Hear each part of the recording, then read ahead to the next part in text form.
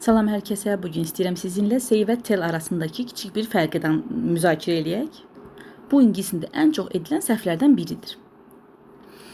Hər iki feil dolayı yolla eyni məna daşıyır. Sadəcə burada əsas fikir nədir? Tell kimə deyilirdi? Say isə nə deyilirdi? Buradan da aydın olur ki, tell-lə say demək mənasını verir Azərbaycan dilində.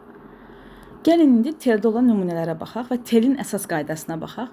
Tell someone-la, yəni kimləsə işlənir. Kiməsə demək. He told me the truth. O mənə dedi.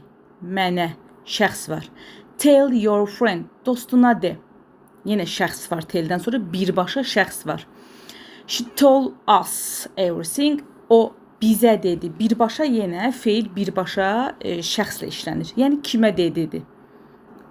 İndi isə say-ə baxaq.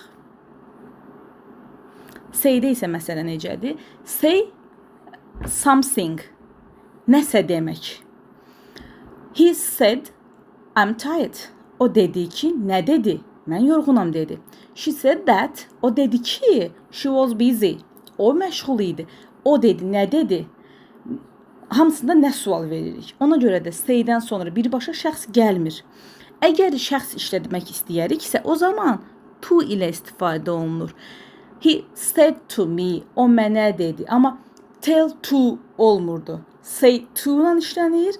Tell to'suz. Yəni to deyə bilmərik. He tell me. Sorry, he tells me. He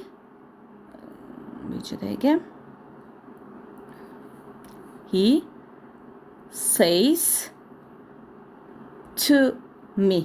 Düzgünü budur. Gəlin ikisini birli yerdə fərqlərinə də baxaq bir daha. Deməli, nə öyrəndik biz? Tell, say deməkdir Azərbaycan dilində tərcümə olaraq. Tell-dən sonra birbaşa şəxs işlənə bilir. Told me, told your friend, told us, told the class. Birbaşa isim işləndi. Burada class deyəndə insanlar nəzərdə tutur, yəni sinifə dedim mənasında. Amma say-dən sonra birbaşa şəxs gəlmir. Said the truth, gerçəyi dedi. Said that, dedi ki, ardıca cümlə gələcək. Said hello, salam dedi. Said to olduqda isə şəxs işlənə bilir. Say to me, said to me.